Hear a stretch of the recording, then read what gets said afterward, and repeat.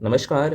आप सभी का गोल्डन जीके 21 में फ्रेंड्स फाइनली आप सभी के बीच में पुनः उपस्थित हो चुका हूं और आज से फिर है ना फिर से जो है ये कंटिन्यू टेस्ट आपको मिलना शुरू हो जाएगा। अब ये डेली मिलेगा आपको। मैथ और रीजनिंग का मतलब कि जनरल एप्टीट्यूड का टेस्ट भी मिलेगा और साथ में जो जनरल स्टडीज़ है उसका भी आपको कंटिन्यू टेस्ट मिलेगा। ठीक है, तो आप लोग कमेंट सेक्शन में कमेंट करके बता दीजिए कि भाई आपको कंटिन्यू टेस्ट चाहिए तो यस लेके भेजिए, नहीं चाहिए तो बोल दीजिए कि सर छोड़ दीजिए, नहीं चाहिए। ठीक है, और सभी लोग टेलीग्राम जाके ज्वाइन कर लीजिए। फ़ायदा क्या मिलेगा, वहाँ पे बुकलेट अपलोड कर दिया जाता है। टेलीग्राम का लिंक इसी वीडियो के डिस्क्रिप्शन बॉक्स में है। और कई बार आपके पास क्या होता है कि यूट्यूब की तरफ से है ना लिंक नहीं जाता है ना, नोटिफिकेशन नहीं जाता है, तो मैं टेलीग्राम पे क्या करता हूँ, कंप्लीट जो है मॉक टेस्ट का वीडियो शेयर कर देता हूँ। तो बहुत ज़रूरी है जाके टेलीग्राम ज्वाइन कर लीजिए, सब कुछ फ्री है ना। तो ये टेस्ट नंबर 20 है। इससे पहले वाला टेस्ट आप नहीं दिए हैं तो वो भी जाके जरूर दीजिए। ठीक है, तो क्वेश्चन को मैं जूम करता हूँ, मैं पुनः कराऊँ। मैथ्स का भी मिलेगा, मैथ और रीजनिंग का कंबाइंड टेस्ट आपको आपके बीच में आता है, साथ में हिंदी इंग्लिश का भी आएगा, घबराइए नहीं। और हाँ, आप इसमें से किसी भी परीक्षा के लिए तैयारी कर रहे हैं, आप बीपीएससी एईटीओ के लिए तैयारी कर रहे हैं, सीजीएल 4 के लिए तैयारी कर रहे हैं, या दरोगा के लिए तैयारी कर रहे हैं, दरोगा मेंस के लिए, एक्साइज दरोगा के लिए, बीएसएस इंटर लेवल के लिए, सबके लिए सर्वोत्तम है। या आप 72वीं बीपीएससी दे रहे हैं, है ना। तो चलिए यहाँ पे मैं शेयर कर लेता हूँ जूम, और इसका कट ऑफ क्या रहने वाला है लास्ट में बता दूंगा। और आप लोग कमेंट सेक्शन में कमेंट करके बताइएगा कि आपने 100 में कितना क्वेश्चन सही किया, कितना आपने गलत किया। ठीक है ना, ये जरूरी होता है। और आंसर भी दे दीजिएगा साथ में, तो आपको पता लगेगा कि हाँ मैं जो दे रहा हूँ तो उसका आंसर भाई सही जा रहा है। ठीक है, चलो भाई, तो मैं कर लेता हूँ कलर थोड़ा सा चेंज, और ये रहा आपके सामने। पहला क्वेश्चन है कि सितंबर 2025 में भारत के 15 नंबर के उपराष्ट्रपति के रूप में किसे चुना गया है। तो आंसर आप लोग दीजिएगा, इसका आंसर हो जाएगा C is the right answer, CP Radhakrishnan. अब थोड़ा सा यहाँ पे उपराष्ट्रपति के बारे में कुछ बेसिक बातें समझ लीजिए, क्योंकि यहाँ से क्वेश्चन स्टैटिक वाला सेक्शन से भी पूछता है। तो देखो भाई, अनुच्छेद 63 कहता है, अनुच्छेद 63 कहता है कि भारत का एक उपराष्ट्रपति होगा। और कई बार अनुच्छेद 64 भी पूछ लेता है। तो अनुच्छेद 64 कहता है कि उपराष्ट्रपति जो होता है वो राज्यसभा का है ना, राज्यसभा का पदेन सभापति होता है। ये ध्यान रखिएगा, कई बार पूछ देता है, पदेन सभापति होता है, सभापति होता है। 63 और 64 अनुच्छेद से प्रश्न पूछता है। अब एक प्रश्न और पूछता है कि भाई उपराष्ट्रपति का ना निर्वाचन कैसे होता है ना, इनकी नियुक्ति कैसे होती है, आपको पता होना चाहिए। तो उपराष्ट्रपति की नियुक्ति एक निर्वाचन मंडल द्वारा की जाती है, जिसमें संसद के दोनों सदन, लोकसभा प्लस राज्यसभा के दोनों सदस्य इसमें हिस्सा लेते हैं। जो मनोनीत होता है वो भी, मनोनीत वाले भी, है ना। निर्वाचित प्लस मनोनीत, ध्यान रखिएगा, बहुत पूछता है। निर्वाचित सदस्य प्लस जो मनोनीत किए जाते हैं, राष्ट्रपति द्वारा मनोनीत किया जाता है ना, तो मनोनीत सदस्य। राष्ट्रपति के चुनाव में लोकसभा राज्यसभा के निर्वाचित और मनोनीत सदस्य इसमें हिस्सा लेते हैं। और अनुच्छेद 66 कहता है, बहुत पूछता है, 66 कहता है, या फिर अनुच्छेद 66 के अनुसार यह निर्वाचन है ना क्या होता है, तो आनुपातिक प्रतिनिधित्व प्रणाली के अनुसार एकल संक्रमणीय मत द्वारा किया जाता है इसका चुनाव, उपराष्ट्रपति का चुनाव। कई बार पूछ लेता है कि भाई भारत के उपराष्ट्रपति के बारे में कौन से भाग में प्रावधान है। तो भाई भाग अगर पूछ ले तो भाग 5 में है, और अनुच्छेद 63 से 71 तक जो है इसके बारे में प्रावधान है। हम लोग डिटेल में पढ़ चुके हैं उपराष्ट्रपति के बारे में। अब एक क्वेश्चन और यहाँ से बन जाता है कि भाई उपराष्ट्रपति का ना शपथ कौन दिलाता है ना, उसके पद के लिए। तो आप सबको पता है, कितने लोग बता सकते हो। हाँ बिल्कुल, उपराष्ट्रपति के पद की शपथ राष्ट्रपति, ध्यान रखिएगा, जो लोग राष्ट्रपति टिक कर रहे हो सही टिक कर, राष्ट्रपति दिलाते हैं।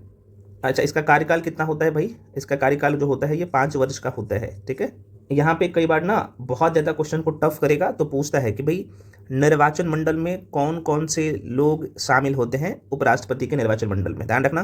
तो मैंने अभी आपको बताया लोकसभा और राज्यसभा, लोकसभा और राज्यसभा के निर्वाचित और मनोनीत सदस्य इसमें भाग लेते हैं, निर्वाचित और मनोनीत सदस्य दोनों, राज्यसभा लोकसभा दोनों। अब यहाँ पे कई बार ना घुमा फिरा के प्रश्न पूछ देते हैं कि उपराष्ट्रपति के चुनाव में विधानसभाओं के जो है सदस्य इसमें हिस्सा लेते हैं। तो भैया नहीं लेता है ना, नहीं लेता है, सिर्फ जो है राज्यसभा और लोकसभा लोकसभा और राज्यसभा के निर्वाचित और मनोनीत सदस्य इसमें हिस्सा लेते हैं। राज्य की विधानसभाओं के सदस्य इसमें हिस्सा नहीं लेते हैं उपराष्ट्रपति के चुनाव में। ठीक है, तो आशा करते हैं ये सारे पॉइंट्स आपका क्लियर हो गया होगा, है ना। चलो बढ़ते हैं अगले क्वेश्चन पे। चलिए तो फ्रेंड्स अगला क्वेश्चन है, किस राज्य सरकार ने सितंबर 2025 में कक्षा 6 के शिक्षकों के लिए खेल यात्रा की पाठ्य पुस्तक लॉन्च की है? तो बिल्कुल जाहिर सी बात है, अभी ये न्यूज़ में था, हरियाणा जो लोग टिक कर रहे हैं बिल्कुल सही है। उद्देश्य क्या है? तो छात्रों में शारीरिक शिक्षा और स्वास्थ्य जागरूकता को बढ़ाना। ठीक है, आगे बढ़ जाते हैं भाई। अक्टूबर 2025 में 10 नंबर का 10वां राष्ट्रीय है ना स्तरीय प्रदूषण प्रतिक्रिया अभ्यास, बहुत पूछता है और ये न्यूज़ में था, कहाँ आयोजित किया गया? तो बिल्कुल जो लोग यहाँ पे चेन्नई टिक कर रहे हो, D is the right answer. ये अक्टूबर 2025 को चेन्नई, जो कि तमिलनाडु में है, आप सबको पता होना चाहिए, लिख देता हूँ तमिलनाडु के चेन्नई में, ध्यान रखिएगा, तमिलनाडु के तट पर जो है कितने नंबर का? तो 10वां राष्ट्रीय स्तरीय प्रदूषण प्रतिक्रिया अभ्यास, जिसे आप NAT या फिर नेट पोल वैक्स एक्स बोल सकते हो, इसका सफलतापूर्वक आयोजन किया गया। तो पूछा जाए तो आंसर टिक कर दीजिएगा, ठीक है ना। चलो भाई अगले क्वेश्चन है आपके सामने। अच्छा, बहुत सारे फ्रेंड्स का ये रहता है कि सर हम आपके साथ जुड़ना चाहे BPSC ADO CGL 4 के लिए, ये कंबाइंड बैच है, तो कैसे जुड़े भाई? देखो अभी फ़ी कम कर दिया हूँ, नॉमिनल फ़ी है 2599 था, इसका फ़ी मात्र 999 कर दिया हूँ। तो जो लोग ज्वाइन करना चाहते हैं उस बैच को, तो मात्र 999 में इस बैच को ईजिली एक्सेस कर पाएंगे। क्या करना पड़ेगा? कुछ नहीं है भाई, यहाँ पर नंबर दे देता हूँ, ये नंबर है 7319924130। इस नंबर पर आप पेमेंट करके भेजिएगा, है ना। उसी पे जो है, इसी नंबर पे उसका स्क्रीनशॉट करके भी भेजिएगा। उसके बाद आपको बैच में ऐड कर दिया जाएगा। क्लास शुरू है, जो क्लास कंप्लीट हो गया है, तो जैसे मैं आपको बैच में जोड़ूंगा ना, ऐड करूंगा, तो पिछले वाले जो क्लास हो चुके हैं उसका प्लेलिस्ट आपको दिख जाएगा। तो एकदम जीरो से सारे सेक्शन को कंप्लीट करिए, और उतना ही वीडियो है जितना आराम से अभी जो टाइम बचा हुआ है उसमें पूरा कर सकते हैं। ठीक है, तो अगर आपका कोई भी सेक्शन वीक है, जिसमें लगता है कि मेरा ये एरिया कमजोर है, तो आप आराम से आइए, ज्वाइन करिए, क्योंकि इसका वैलिडिटी आपके CGL एग्जाम तक रहेगा। ठीक है ना। ADO तो अप्रैल में ही हो जाएगा, आप लोगों को पता है, नोट कैलेंडर जारी हो गया, एग्जाम डेट भी आ गया है, लेकिन वैलिडिटी इसका CGL 4 तक रहेगा। तो आराम से ज्वाइन करिए। पुनः मैं एक बार रिपीट कर दे रहा हूँ, नंबर यहाँ पे आपको स्क्रीन पर भी दिख रहा होगा। ठीक है, 7319924130, इसी नंबर पर आपको पेमेंट करना होता है। और पेमेंट करने के बाद उसका स्क्रीनशॉट करके इसी नंबर पे भेज दीजिएगा, है ना, अपना नाम लिख के भी। उसके बाद आपको बैच में जोड़ दिया जाएगा। अच्छा, बहुत सारे फ्रेंड्स कहते हैं कि सर हम आप जो टेस्ट ज्वाइन करना चाहें GS का, तो देखो GS का 30 टेस्ट आपको मिलेगा मात्र 299 में, और ये ऑफर 7 समय के लिए, तो जाके ज्वाइन कर लीजिए। नंबर वही है, इसी नंबर पर आपको पेमेंट करना है, 7319924130, इसी नंबर पर आपको पेमेंट करना होता है। ठीक है, उसका स्क्रीनशॉट करके भी इसी नंबर पर भेजिएगा। उसके बाद आपको बैच में ऐड कर दिया जाएगा। अगर आपको चाहिए कि हमें जनरल एप्टीट्यूड, मैथ और रीजनिंग का टेस्ट ज्वाइन करना है, तो भाई आइए, मात्र 299 में आपको 30 टेस्ट यहाँ पे भी मिल जाएगा, और नंबर वही है, तो ज्वाइन कर सकते हो। कुछ लोग पूछ रहे थे सर 72 BPSC का क्लास चल रहा है, भाई ऑलरेडी चल रहा है, और अभी ऑफर चल रहा है। मात्र आप देखोगे तो 2499 में कंप्लीट क्लास आपको दिया जा रहा है, और ये क्लास शुरू हो चुका है, और हम लोग 120 दिन में पूरा सिलेबस को बच्चे जैसे कवर कर लेंगे। स्लॉट वाइज क्लास चल रहा है, तो जो लोग ज्वाइन करना चाहते हो, नंबर वही है, यहाँ पे आपको दिख रहा होगा स्क्रीन पे। क्या कर सकते हो? कॉल करके इन्फॉर्मेशन ले सकते हो। पेमेंट का नंबर यही है, पेमेंट इसी नंबर पर करना होता है, उसका स्क्रीनशॉट करके भेज दीजिएगा। उसके बाद आपको बैच में जोड़ दिया जाएगा। ये बैच ना, ये 7 फरवरी से शुरू हो चुकी है। ठीक है ना, 7 फरवरी से शुरू हो चुकी है न्यू बैच। तो आप आइए, आराम से ज्वाइन करिए और आराम से पढ़िए। फ्रेंड्स अगला क्वेश्चन है, कीरू जल विद्युत परियोजना किस राज्य या केंद्र शासित प्रदेश में स्थित है? बहुत अच्छा क्वेश्चन है भाई। आपको थोड़ा सा लोकेशन अगर पता होगा तो आराम से आप टिक करेंगे, क्योंकि ये चिनाब नदी पर है ना। तो जैसे चिनाब नदी का नाम आपने सुना, तो आप यहाँ पे आंसर सही टिक करेंगे, है ना। तो भाई ये जो है आप देखेंगे तो यहाँ पे है जम्मू एंड कश्मीर में। ठीक है, तो आंसर क्या हो जाएगा भाई? जम्मू एंड कश्मीर में। तो कीरू जल विद्युत परियोजना चिनाब नदी पर, अगर नदी का नाम पूछा जाए, अभी हाल ही में चर्चा में था, तो ये चिनाब नदी टिक करिएगा। ठीक है, चिनाब नदी पर, है ना, JNK पर, जम्मू एंड कश्मीर में है। और मैं आपको बता दूं, जम्मू और कश्मीर में स्थित कितना, तो 624 मेगावाट 624 मेगावाट कीरू जल विद्युत परियोजना ने हाल ही में एक महत्वपूर्ण उपलब्धि हासिल किया है, और ये चिनाब नदी पर बनाया गया। तो किस राज्य में है आपको पता ही होना चाहिए, है ना। और ये जम्मू कश्मीर के कहाँ पर, अगर ये पूछा जाए तो कहाँ पर है? तो ये किश्तवाड़ जिले में पत्थर नाकी और कीरू गांव के पास ही है, इसलिए, है ना, कीरू जल विद्युत परियोजना नाम दिया गया। तो ये कीरू गांव है, वहीं पे ये बनाया जा रहा है, चिनाब नदी पर। ठीक है, चलिए आगे बढ़ जाते हैं। किस राज्य सरकार ने, देख सकते हैं, राज्य पुलिस भर्ती में अग्निवीरों के लिए कितना, तो 20% आरक्षण की घोषणा की है। बताइए, अभी हाल ही में ही चर्चा में था। बिल्कुल जो लोग हरियाणा टिक कर रहे हैं, C हो जाएगा सही, हरियाणा सरकार ने। नेक्स्ट, खबरों में दिखाई देने वाली, है ना, खबरों में दिखाई देने वाली थांगजिंग पहाड़ी, क्या नाम है इसका, थांगजिंग जिंग जो है पहाड़ी, कहा जा रहा है कि किस राज्य में स्थित है। और ऐसे क्वेश्चन ना जानबूझ के पूछता है ताकि विद्यार्थी गलत करे पेपर में, एग्जाम हॉल में। आपको नहीं करने दूंगा, तो आंसर बता दीजिए बिल्कुल, जो लोग टिक कर रहे हो, है ना। इसके बारे में हम लोग डिटेल में पहले भी पढ़ चुके हैं स्टैटिक वाला सेक्शन में, ठीक है ना। तो कहाँ से क्वेश्चन छूटेगा, बिल्कुल। जो लोग यहाँ पे पूर्वोत्तर राज्य टिक कर रहे हो ना, मणिपुर मणिपुर मणिपुर, बिल्कुल राइट आंसर क्या हो जाएगा भैया, मणिपुर हो जाएगा right answer, Manipur right answer हो जाएगा, ठीक है। तो आप टिक कर दीजिए, मणिपुर राइट आंसर हो जाएगा। मणिपुर में मेतई समुदाय के पवित्र स्थल जिसका नाम है थांगजिंग हिल का नाम Kuki national front military council द्वारा बदलकर जो है थांगटिंग कीप रखे जाने पर जो है विवाद खड़ा हो गया है, और इसलिए अभी ये चर्चा में है, ठीक है। तो माइंड में रखिएगा थांगजिंग पहाड़ी। चलिए अगला क्वेश्चन है भाई, हाल ही में विलुप्त, दोबारा सुनिए, ये क्वेश्चन है कि हाल ही में विलुप्त अस्टेगोडॉन गणेशा, इसका नाम ही है गणेशा, के दुर्लभ जीवाश्म कहाँ पाए गए हैं। तो भाई गणेश पूजा किस राज्य में एकदम भव्य तरीके से मनाया जाता है, तो आप कहिएगा सर महाराष्ट्र में, है ना। शिवाजी उत्सव और गणेश उत्सव मैंने मॉडर्न हिस्ट्री में भी पढ़ाया हूँ, हालांकि ये भी चर्चा में था इसलिए महत्वपूर्ण हो जाता, तो आंसर हो जाएगा महाराष्ट्र। महाराष्ट्र की वर्धा पेनगंगा नदी तल में, कहाँ पे, वर्धा पेनगंगा नदी तल में विलुप्त अस्टेगोडाउन गणेशा के दुर्लभ जीवाश्म खोजे गए हैं। तो पेनगंगा नदी का नाम आपने सुना होगा, कौन सा, तो पेनगंगा आप सबको पता है कि गोदावरी नदी का सहायक नदी है ना, माइंड में रखिएगा। आगे बढ़ जाते हैं, ये भी न्यूज़ में था भाई, विझिंग विझिंग जिम लिखा रहता है या फिर विझिंग जम भी बोल सकते हो। विझिंग जम अंतर्राष्ट्रीय बंदरगाह किस राज्य में स्थित है, और ये पिछले बार पूछा गया था ना बीपीएससी में डायरेक्टली क्वेश्चन, है ना। तो ये केरल राज्य में है। प्रधानमंत्री पीएम मोदी ने 2 मई 2025 को केरल में, कहाँ पे, तो केरल में विझिंग जम अंतर्राष्ट्रीय बंदरगाह का उद्घाटन किया था, इसलिए महत्वपूर्ण हो जाता है, ठीक है।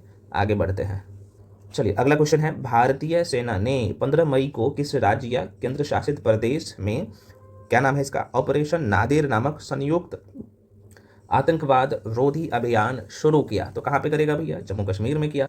नेक्स्ट है, Nabinagar super thermal power project किस राज्य में स्थित है, और स्टेटमेंट दे के प्रश्न ऐसे पूछे जाते हैं। तो यहाँ पे देखो भाई, स्टेटमेंट वाला जो क्वेश्चन रहता है ना और आसान होता है।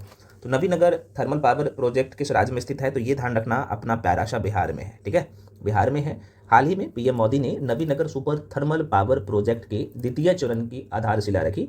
नवीनगर सुपर जो है थर्मल पावर प्रोजेक्ट बिहार के कौन सा जिला में, तो पटना से सटा हुआ ना, औरंगाबाद जिला। तो बिहार के औरंगाबाद में, ध्यान रखिएगा, औरंगाबाद, है ना, जिला में स्थित है।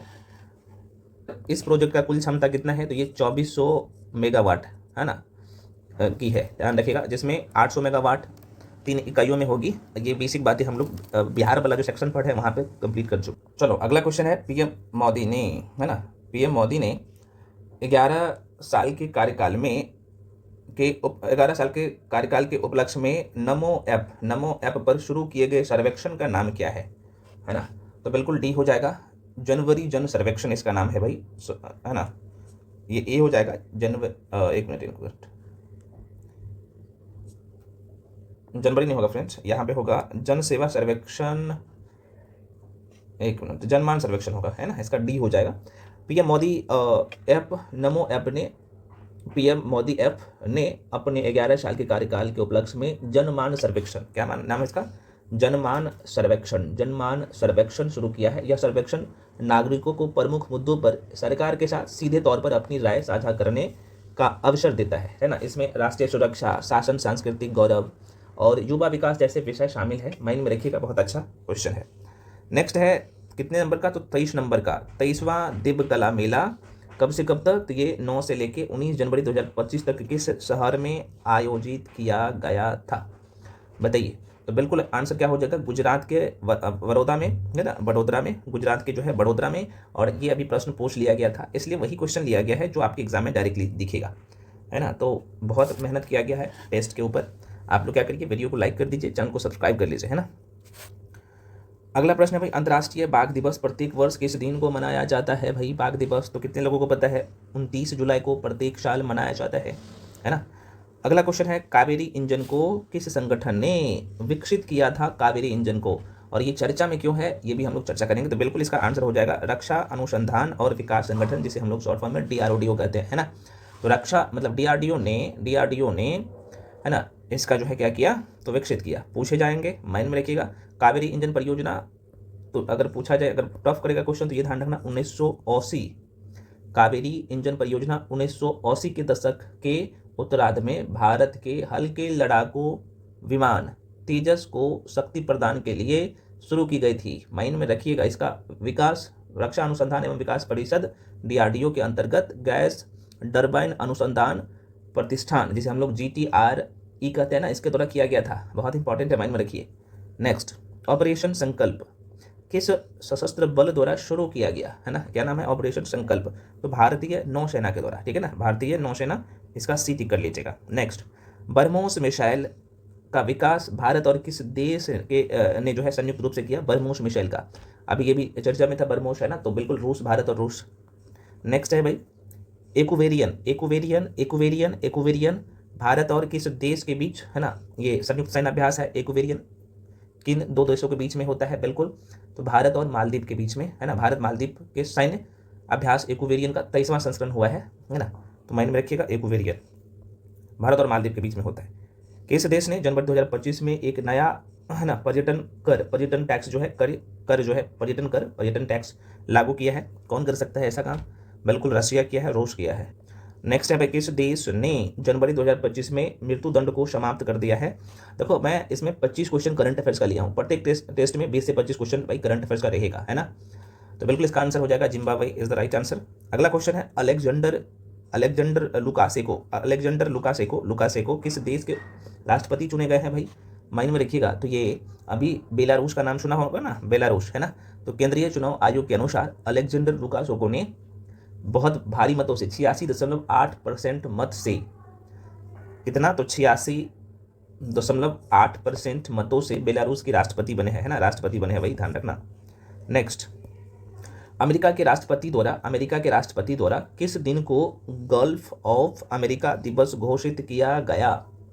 कौन से दिन को? बिल्कुल 9 फरवरी को। क्यों किया गया? देखो भाई, अमेरिकी राष्ट्रपति डोनाल्ड ट्रंप ने आधिकारिक तौर पर मैक्सिको की खाड़ी का नाम बदलकर अमेरिकी की खाड़ी कर दिया है, और इन्होंने एक कार्यकारी आदेश के माध्यम से, कब, तो 9 फरवरी, ये डेट जो ध्यान रखिए, 9 फरवरी को अमेरिकी के खाड़ी दिवस के रूप में मनाने की घोषणा किया। ठीक है, चलिए अगला क्वेश्चन है भाई, स्वच्छ सर्वेक्षण 2024-25 में सुपर स्वच्छ लीग शहरों में से किस शहर को सबसे स्वच्छ शहर घोषित किया गया? तो जाहिर सी बात है, ये प्रत्येक साल आता है ये डेटा, इंदौर है लगातार। किस संस्थान ने भारत में इलेक्ट्रिक वाहनों के लिए कितना, तो $200 अरब के अवसर को, है ना, खोलना शीर्षक से जो है एक रिपोर्ट जारी किया है। स्वच्छ सर्वेक्षण 2025 में सुपर स्वच्छ लीग शहरों में से किस शहर को सबसे स्वच्छ शहर घोषित किया है? ये होना चाहिए, गलत है, ये क्वेश्चन गलत हमको लगा, इसलिए मैं रिपीट किया हूँ, ठीक है ना। तो क्वेश्चन होना चाहिए स्वच्छ सर्वेक्षण 2024-25। ओ, क्या मैं बोल रहा हूँ, माफी चाहता हूँ, एक मिनट, सॉरी। क्वेश्चन ये है, किस संस्था ने भारत में इलेक्ट्रिक वाहनों के लिए $200 अरब के अवसर को खोलना शीर्षक, सही है, ये खोलना शीर्षक है, ठीक है ना, खोलना शीर्षक से एक, है ना, खोलना शीर्षक से एक रिपोर्ट जारी की है? तो नीति आयोग हो जाएगा, है ना, राइट आंसर। नेक्स्ट क्वेश्चन है, वर्ष 2025 के विधि शासन सूचकांक में भारत का स्थान कौन सा है? विधि शासन सूचकांक में तो भाई 86 नंबर पे है भारत का स्थान, यहाँ पे देख लो, 86 नंबर पे भारत है। नेक्स्ट है, कन्नड़ भाषा में लिखने वाले पहले लेखक कौन है जिन्होंने 2025 का अंतर्राष्ट्रीय बुकर पुरस्कार जीता है? बहुत इंपॉर्टेंट है। तो बानू मुश्ताक, मैंने इसके बारे में डिटेल में पढ़ा चुका हूँ, क्योंकि ये भारतीय लेखिका, वकील और कार्यकर्ता बानू मुश्ताक कन्नड़ भाषा में लिखने वाली पहली लेखिका बनी जिन्होंने 2025 का अंतर्राष्ट्रीय बुकर पुरस्कार जीता। इसमें आप सबको पता है कि कितने पुरस्कार राशि दी जाती है? तो 50,000 पाउंड, है ना, 50,000 पाउंड जो है ना पुरस्कार में राशि दिया जाता है ना। और इनके जो संग्रह थे, काव्य संग्रह, है ना, लघु कथा संग्रह है, इसके बारे में मैं बहुत जैसे पढ़ा चुका हूँ, डिटेल वाला करंट अफेयर्स वाला देख लीजिएगा। अगला प्रश्न है, निम्न में से कौन सा युग्म सम्मिलित नहीं है? तो भाई यहाँ पे देखो क्या है, तो सूची 1 में वैज्ञानिक है, और यहाँ पे जो है सूची 2 में संबंधित तथ्य है। तो आप कह सकते हो जनक है, जैसे थियोफ्रेस्टस हमने पढ़ चुके हैं हम लोग बहुत कायदे से। तो मैंने आपको बोला हूँ कि बायोलॉजी और जूलॉजी का पिता किसे कहा जाता है? तो आप कहिएगा सर अरस्तु को। और वनस्पति विज्ञान का पिता कौन है? तो थियोफ्रेस्टस है। तो आराम से आप टिक कर सकते हो। कह रहा है कि कौन सा इसमें सम्मिलित नहीं है, ये पूछ रहा है, तो कोई बात नहीं, आराम से आप टिक करिए।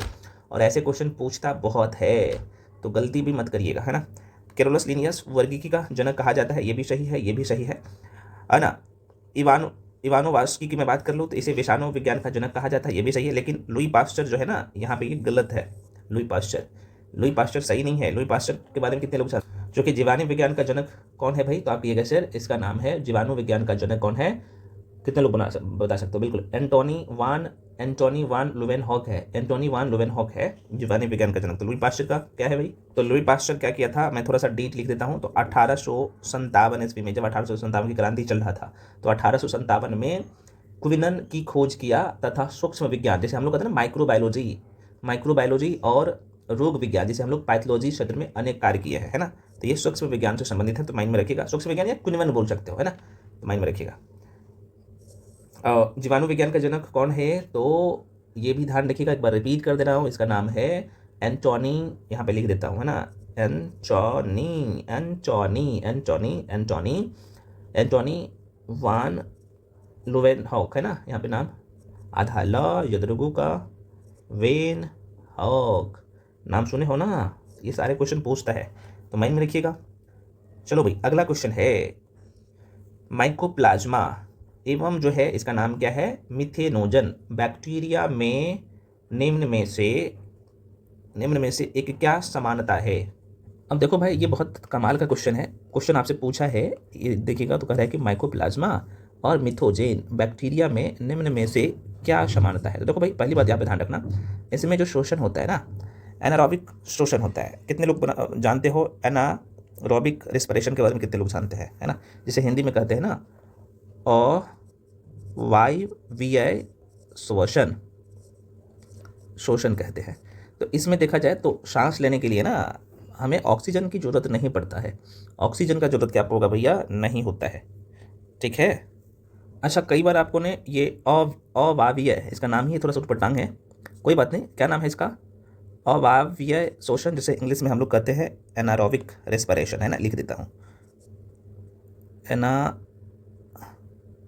एनारोबिक होता है, एरोबिक रेस्पिरेशन। इसमें क्या होता है भाई? तो मिथुनोजेन का नाम कितने लोग सुने हो? बताओ। ये जो मिथुनोजेन है ना, मिथुनोजेन जो दलदल या गाय के पेट में पाए जाते हैं, दलदल या गाय के पेट में पाए जाते हैं, ये ऑक्सीजन की अनुपस्थिति में मीथेन गैस बनाते हैं। माइकोप्लाज्मा भी, ध्यान रखिएगा, माइकोप्लाज्मा भी ऑक्सीजन के बिना जीवित रह सकता है, ठीक है ना। तो यहीं पे वो चीज़ लिखा हुआ था कि एनारोबिक रेस्पिरेशन दोनों में उपस्थित होता है ना, इसमें ऑक्सीजन की आवश्यकता नहीं होता है। वेरी वेरी इंपॉर्टेंट क्वेश्चन है, और ये माइंड में सेट कर लीजिएगा। ये एनसीईआरटी में आपको मिलेगा, मैं आपको बता भी देता हूँ। चैप्टर दूसरा में जाइएगा ना, 11th क्लास की एनसीईआरटी में आप जाइएगा, चैप्टर दूसरा में आपको दिख जाएगा। बहुत इंपॉर्टेंट क्वेश्चन है मेरे भाई। और एरोबिक रेस्पिरेशन में क्या होता है? तो जाहिर सी बात है, इसमें ऑक्सीजन के माध्यम से ऊर्जा उत्पन्न होगा, जैसे हम लोग जो शोषण करते हैं। तो जाहिर सी बात है कि हम लोग क्या करते हैं? Aerobic respiration. इसमें देखा जाए तो लगभग 38 एटीपी ऊर्जा बनता है। एनारोबिक में बहुत कम बनता है ना, चूँकि ऑक्सीजन कम मिलता है, तो यहाँ पे 2 एटीपी बनता है।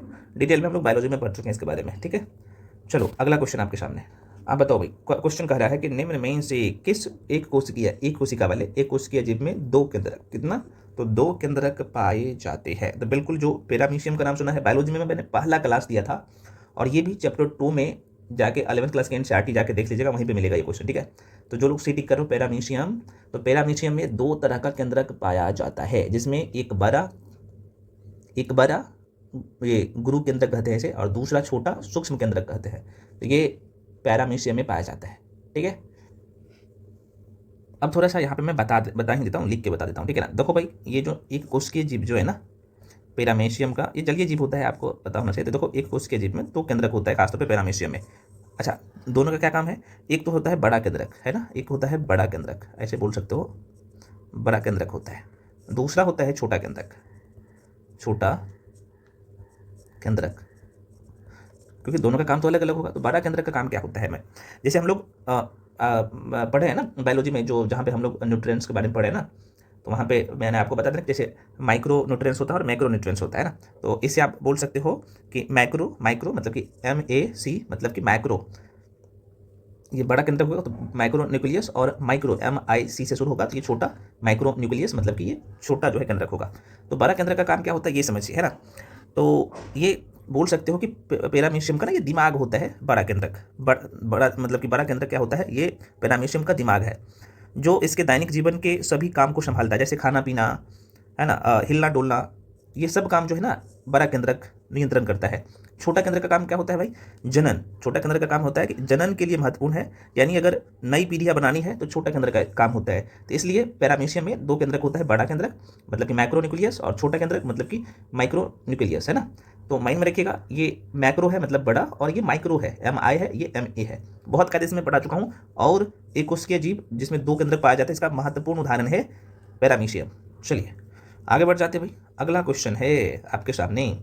क्वेश्चन है कि जिम्नोस्पर्म एंजियोस्पर्म में किस प्रकार भिन्न है। दोबारा सुनिए, जिम्नोस्पर्म, अभी आपको मैं समझा दूंगा ये जिम्नोस्पर्म क्या होता है, एंजियोस्पर्म क्या होते हैं। तो जिम्नोस्पर्म एंजियोस्पर्म से किस प्रकार अलग है, भिन्न है। पहले इसे बच्चे जैसे समझ लो दोनों शब्दों को, ठीक है ना। तो देखो इसका नाम क्या है, जिम्नो। जिम्नो जिम्नो जिम्नो का मतलब होता है नग्न। क्या होता है भाई, नग्न। और एस्पर्म का मतलब क्या होता है, बीज। बीज होता है। जिम्नो का मतलब होता है नग्न, और एस्पर्म का मतलब क्या होता है, बीज। एनजीओ का मतलब क्या होता है भैया, ढका होना, है ना, ढका हुआ। तो यहाँ पे लिख लो ढका हुआ, ढका हुआ। और एस्पर्म का मतलब, एनजीओ का मतलब ढका हुआ, और एस्पर्म का मतलब बीज। देखो भाई बायोलॉजी ना या साइंस का कोई भी सेक्शन जो आपके पेपर में प्रश्न आता है, ये बोनस पॉइंट होता है। मैं पहले बता चुका हूँ, पहले आप एक बार इसको अच्छे से पढ़ लीजिए, बहुत आसान होता है। तो अब इसका आंसर मिल गया आपको। तो प्रश्न पूछता है कि जिम्नोस्पर्म और एंजियोस्पर्म किस प्रकार भिन्न है, और ये भी आपको NCERT में ही मिलेगा। जाके क्या करिएगा, चैप्टर 3 में 11th क्लास के NCERT देख लीजिएगा, पढ़ लीजिएगा, वहाँ पे आपको मिल जाएगा, ठीक है ना। तो बिल्कुल जो लोग भ्रूण पोषण के प्रकार में, हाँ बिल्कुल भ्रूण पोषण के प्रकार में भिन्न होगा, है ना, भ्रूण पोषण के प्रकार में भिन्न होगा। तो ये जो होता है जिम्नोस्पर्म, जिम्नोस्पर्म ये आप कहेंगे जिम्नोस्पर्म बिना ढके बीज वाले पौधे हैं, और एंजियोस्पर्म क्या हो जाएगा भैया, तो फल के अंदर बीज वाले पौधे होगा, ठीक है। और इसका आंसर क्या हो जाएगा, ये भ्रूण पोषण के प्रकार में अंतर होता है। अच्छा मैं थोड़ा सा कुछ उदाहरण देता हूँ, जैसे जिम्नोस्पर्म में कौन कौन से यहाँ पे पौधे आते हैं, ठीक ना। तो देखो भाई जिम्नोस्पर्म में जैसे मैं चीर का नाम आपने सुना है ना, चीर, चीर हो गया। साइकस का नाम सुना है, साइकस, साइकस, साइकस। और चीर, जिसे चीर को पाइन कहते हैं, PINE, नाम सुना होगा। तो अब देखेंगे तो ये जो जिम्नोस्पर्म है, जिम्नोस्पर्म वे पौधे हैं जिनके बीज खुले होते हैं, यानी किसी फल से ढके नहीं होते हैं। उदाहरण के तौर में बता दीजिए चीर और साइकस। एंजियोस्पर्म में क्या है, एंजियोस्पर्म ढका हुआ, नाम से पता चल रहा होगा, एनजीओ मतलब कि ढका हुआ, है ना। तो इसमें आप देखेंगे तो इनके जो बीज होते हैं ना, तो फल के अंदर होता है ना। और ये खासतौर पर पृथ्वी पर सबसे समान पौधे होते हैं, जैसे आम हो गया, आम हो गया। तो आम का बीज देखेंगे तो फल के अंदर होता है, तो आम हो गया। जैसे गेहूँ हो गया, है ना, तो ये भी भाई ढका हुआ रहता है ना उसका बीज। तो ये सब इसका उदाहरण है। जैसे गुलाब हो गया, गुलाब का फूल दिखाओ ना, ये जो है एंजियोस्पर्म का उदाहरण है। जिम्नोस्पर्म मतलब कि नग्न बीज वाले, और एंजियोस्पर्म मतलब कि खुले बीज वाले, सॉरी नग्न बीज वाले ये जिम्नोस्पर्म, और एंजियोस्पर्म ढके बीज वाले पौधे हैं। माइंड में रखिएगा, यहीं से घुमा फिरा के यार प्रश्न पूछता है, और गलत मत करिएगा। चलो ज़्यादा टाइम ले लिया हूँ आप लोग का ना, कोई बात नहीं। चलिए ये भी NCERT आप लोग चिल्लाते हो ना, इसलिए NCERT का ही क्वेश्चन लिया हूँ। निम्न में से किसने जीवित कोशिका को सर्वप्रथम देखा। और ये कहाँ से देखना है भाई, आप 9th क्लास के NCERT को जाके पढ़ लीजिएगा, 9th क्लास के NCERT। और चैप्टर कौन सा, तो चैप्टर 5वां, वहीं से ये क्वेश्चन उठाया हूँ, ठीक ना। बताओ तो प्रश्न क्या पूछा है, निम्न में से किसने जीवित कोशिका को सबसे पहले देखा। मैंने क्या बोला, सबसे पहले, बिल्कुल एंटोनी वान लुवेनहॉक ने सबसे पहले, लुवेनहॉक हो जाएगा इसका राइट आंसर। तो एंटोनी वान लुवेनहॉक ने सर्वप्रथम उच्चतम सूक्ष्मदर्शी की सहायता से, कब, ये डेट पूछा है, NCERT का ही लाइन है, तो 1674 ईस्वी में प्रथम जीवित कोशिका को देखा था। रॉबर्ट हुक की बात करें, रॉबर्ट हुक, ये जो महाशय है रॉबर्ट हुक, रॉबर्ट हुक कब, तो 1665 में, 1665 में। कौन सा, तो मृत, मैं बायोलॉजी में डुबा डुबा के पढ़ाया हूँ, है ना। मृत पादप छाल जो कॉर्क होता है ना, बताया हूँ, है ना। तो रॉबर्ट हुक ने 1665 में मृत पादप छाल में मधुमक्खी के छल्ले की तरह संरचना देखा, और उसमें उपस्थित कोष्ठकों को सेलुला या जो है सील नाम दिया, सेलुला या सेल नाम दिया। तो मृत कोशिका का रॉबर्ट हुक ने 1665 में, और जीवित कोशिका को सर्वप्रथम लुवेनहॉक ने 1674 में देखा। माइंड में रखिएगा, वेरी वेरी इंपॉर्टेंट क्वेश्चन है। और यही क्वेश्चन, और देखो ये सब आपको NCERT में ही मिलेगा ऐसे प्रश्न, तो जाके पढ़ लीजिएगा। जो लोग पढ़ रहे हो पेड बैच में, आपको सब दिया जा रहा है, पढ़ाया जा रहा है, तो घबराने की जरूरत नहीं है, आप लोग क्वेश्चन भी बनाए होंगे, है ना। चलो भाई अगला क्वेश्चन है, सिंगर एवं निकोल्सन, सिंगर एवं निकोल्सन ने निम्न में से किसका विस्तृत अध्ययन किया। और ये 8वीं क्लास की एनसीईआरटी जाके देख लेना, 8 क्लास की एनसीईआरटी वहीं पे आपको दिख जाएगा, है ना। चैप्टर 8 नहीं, 11th क्लास की एनसीईआरटी है ना, और चैप्टर 8 में जाके देख लेना, आपको ये क्वेश्चन दिख जाएगा, ठीक है ना। सही से पढ़िएगा तब। तो सिंगर एवं निकोल्सन ने निम्न में से किसका विस्तृत अध्ययन किया, बिल्कुल सी कोशिका झिल्ली की संरचना को, है ना, कोशिका झिल्ली की संरचना को। चलो भाई अगले क्वेश्चन पे बढ़ जाते हैं। नेक्स्ट क्वेश्चन है आपके सामने, क्वेश्चन है कि माइटोकॉन्ड्रिया के संदर्भ में निम्नलिखित में से माइटोकॉन्ड्रिया के संदर्भ में निम्न में से सही कथन कौन सा है। माइटोकॉन्ड्रिया, लो भाई माइटोकॉन्ड्रिया के बारे में, यह स्टेटमेंट बेस्ड क्वेश्चन है, बनाओ। और ये भी आपको एनसीईआरटी में मिलेगा, इधर उधर तो नहीं मिलेगा, ठीक है ना। तो बिल्कुल ये सभी सही हो जाएगा। ये जो है द्विकला युक्त कोशिकांग है, जिसे कोशिका का ना Shaktigiri, power house of cell कहा जाता है ना माइटोकॉन्ड्रिया को, ये बिल्कुल सही है, ये सही है। माइटोकॉन्ड्रिया की आंतरिक झिल्ली में क्या एटीपी का उत्पादन होता है, बिल्कुल ये सही है। इसमें 70S राइबोसोम, डीएनए और आरएनए पाया जाता है, ये भी सही है। और ये चीज़ें आपको सिर्फ एनसीईआरटी में मिलेगा, ठीक है ना। तो सभी सही है, और ये इसके बारे में डिटेल में बता चुका हूँ, मास्टर वीडियो भी जाकर देख लेना, यूट्यूब पे पड़ा हुआ है। चलो भाई अगला क्वेश्चन है आपके सामने। ये कोशिका के बाद एक चैप्टर पढ़ते हो टिश्यू, जिसे हम लोग हिंदी में कहते हैं ऊतक, है ना। तो ऊतक वाला चैप्टर जाकर देख लीजिएगा एक बार। आपको 9th क्लास की एनसीईआरटी में चैप्टर 6 में 9th क्लास की एनसीईआरटी यहाँ पे लिख देता हूँ, ताकि कुछ लोग पूछते हैं सर कहाँ से हमने पढ़े। तो 9th क्लास की एनसीईआरटी और चैप्टर 6 में जाके देख लीजिएगा, आपको टिश्यू दिख जाएगा, और यहीं से ये क्वेश्चन उठाया गया है। क्वेश्चन कर रहा है कि एस्केलेरन काइमा या दृढ़ोदक, हिंदी में से दृढ़ोदक कहते हैं ना, एस्केलेरन काइमा को हिंदी में दृढ़ोदक कहते हैं। तो कह रहा है कि एस्केलेरन काइमा के संदर्भ में निम्न में से गलत कौन सा है, असत कथन का चयन करना है। देखो भाई मैं थोड़ा सा यहाँ पे हिंट दे देता हूँ, उसके बाद आप जवाब दे दीजिएगा। देखो एस्केलेरन काइमा जो है ना, एस्केलेरन काइमा जो है ये पौधे का ऊतक है ना। तो एस्केलेरन काइमा पौधे का एक ऊतक है, जिसका मुख्य काम जो होता है पौधे को यांत्रिक मजबूती और सहारा प्रदान करना। तो पौधे को अगर मजबूती देना है या सहारा प्रदान करना है, तो ये काम कौन करेगा पौधे के अंदर, कौन सा ऊतक, तो एस्केलेरन काइमा करता है, ठीक है ना। ध्यान रखिएगा, पौधे के देखा जाए तो कठोरता प्रदान करता है एस्केलेरन काइमा, जिससे वे अपना आकार और संरचना बनाए रख सकता है ना, या फिर रखता है। तो एस्केलेरन काइमा के बारे में तो मोटा मोटी तौर पे आपको पता चल गया कि इसका काम क्या होता है। तो पौधों में देखा जाए तो मजबूती प्रदान करना एस्केलेरन काइमा का काम है, और ये एक ऊतक है। तो अब आप इसका आंसर दे सकते हो आराम से। तो कह रहा है यह जो है परिपक्वावस्था में जो है जीव द्रव युक्त होता है, जो कि बिल्कुल गलत है।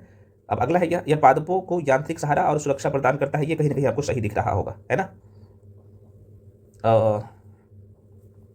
उसके बाद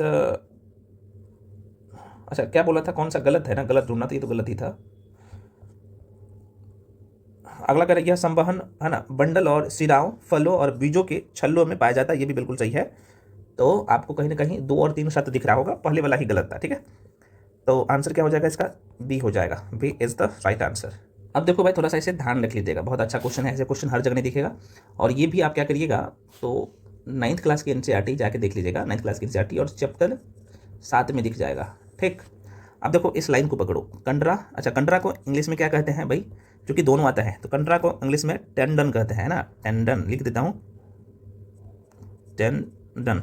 और स्नायु को क्या कहते हैं भाई, लिंगामेंट। नाम कितने लोग सुना है ना, लिंगामेंट, लिंगामेंट कहते हैं। अब देखो भाई बहुत अच्छा क्वेश्चन है, क्वेश्चन पूछा है कि कंडरा मतलब कि टेंडन एवं जो है स्नायु, लिंगामेंट, दोनों तंतुमय संयोजी ऊतक है, इनमें मुख्य क्या अंतर है। तो देखो भाई ऐसे क्वेश्चन ना घुमा फिरा के बहुत पूछता है, ठीक है। तो जो इनका जो काम होता है टेंडन का, ये मांसपेशियों को हड्डी से जोड़ता है। तो मांसपेशी को हड्डी से जोड़ने का काम कौन करेगा, तो मांसपेशी से हड्डी को जोड़ने का काम करेगा टेंडन। लिंगामेंट का काम क्या है भाई, एच से एच को जोड़ता है, एच को एच से जोड़ता है, हड्डी को हड्डी से जोड़ता है। तो आपके ऑप्शन में क्या है जरा सा देख लो। तो कह रहा है कि लचीलेपन में अंतर है, बिल्कुल है, क्योंकि ये टेंडन में लचीलापन होता है, ये कठोर होता है, आपको पता होना चाहिए। लिंगामेंट। प्रोटीन के प्रकार में भी अंतर होता है, शरीर की जो है स्थिति में भी अंतर होता है, और ये सभी आंसर इसका हो जाएगा, ठीक है। तो ऐसे क्वेश्चन जानबूझ के एग्जामिनर देते हैं, तो आपको पता होना चाहिए टेंडन और कंडरा, जिसे हम टेंडन और लिंगामेंट, मतलब कंडरा और स्नायु में अंतर होना चाहिए। तो टेंडन का जो काम होता है, एक बार मैं पुनः रिपीट कर रहा हूँ, मतलब टेंडन मतलब कंडरा का जो काम होता है, मांसपेशी को हड्डी से जोड़ता है, ये बहुत मजबूत होता है, यह जो है बहुत मजबूत होता है कंडरा, कंडरा मांसपेशियाँ, मैं दोबारा बोल देता हूँ, कंडराएं टेंडन मांसपेशियों को हड्डी से जोड़ती है और यह बहुत मजबूत होता है। आपकी बाह और मांसपेशिया की हड्डी का जुड़ाव का हिस्सा कौन है? ये टेंडन ही है। लिंगामेंट की बात कर लूँ, है ना, लिंगामेंट की, स्नायु की, तो यह एक हड्डी से दूसरी हड्डी को जोड़ता है और स्थिरता प्रदान करता है और ये थोड़े लचीलापन होता है। अब यहाँ पे जैसे हड्डी से हड्डी जो आप देखें ना, तो आपके मन में क्वेश्चन आएगा कि भाई यही कठोर होता है। नहीं, ये इससे ज़्यादा लचीलापन होता है ना, लिंगामेंट में ज़्यादा लचीलापन होता है। माइंड में रखिएगा, मैं थोड़ा सा इससे पहले उल्टा बोल दिया था, कोई बात नहीं। और इसका जो जोड़ होता है ना लिंगामेंट का, कहाँ पे? तो आपके घुटने से जोड़े में, आपके घुटने के जोड़ में हड्डी को घुटने वाले जो ऊतक होते हैं ना उसी में रहता है ना। तो ये बेसिक बातें हैं। तो टेंडन जो देख रहे हो, कंडरा, जो कि मांसपेशी को हड्डी से जोड़ता है, ये कठोर होता है। लेकिन लिंगामेंट की मैं बात कर लूँ, है ना, जिसे हम लोग कहते हैं लिंगामेंट को स्नायु, ये हड्डी को हड्डी से जोड़ता है। तो टेंडन के कंपेयर में ये थोड़ा सा ज़्यादा लचीलापन होता है ना लिंगामेंट। माइंड में रखिएगा, तो ये सभी आंसर हो जाएगा। चलो भाई, अगला क्वेश्चन है मेंडल के आनुवंशिक मतलब जेनेटिक्स के प्रयोग के संदर्भ में निम्नलिखित कथनों पर विचार करना है और कह रहे हैं कौन सा सही नहीं है। तो देखो भाई, ये साफ साफ दिख रहा है कि 1857 में ब्रून के चर्च में 7 जोड़ी, है ना, विपर्यासी लक्षणों का चयन कर मटर के पौधे पर अपना प्रयोग किया। बिल्कुल ये सही है। मेंडल के नियम को पुनः जो है खोज कौन? तो हुग्रो डी ब्रिज और कॉरेंस एवं जो है यहाँ पे आप देखेंगे तो सौर मार्क ना, शेर मार्क बोल सकते हो, इसका नाम था, वर्ष 1900 में की थी। ओके, बिल्कुल ये सही है। बाकी ये गलत है ये वाला। तो पहला और दूसरा सही है। आपको क्या चुनना था, कौन सा सही नहीं है? तो केवल ये तीसरा गलत था, ठीक है ना। चलो अगला क्वेश्चन आपके सामने है भाई, मांडव में कुल कितने गुणसूत्र होता है? तो भाई जाहिर से बात है 23 जोड़ी। अगर संख्या पूछा जाए तो 46 हो जाएगा। चलो भाई, अगला क्वेश्चन है, निम्न में से कौन सा इलेक्ट्रॉन का गुण नहीं है? इलेक्ट्रॉन का गुण नहीं है, तो बिल्कुल आंसर सी हो जाएगा। इलेक्ट्रॉन विद्युत क्षेत्र द्वारा विक्षेपित होता है, ये इसका सी कर लेना, ठीक, ये नहीं है, बाकी सब है। इलेक्ट्रॉन कैथोड किरण के घटक है, बिल्कुल सही है। इलेक्ट्रॉन ऋणात्मक आवेश वाला कण है, ये भी सही है। और इलेक्ट्रॉन चुंबकीय क्षेत्र द्वारा विक्षेपित होता है, ये भी सही है। ये वाला गलत था, ठीक।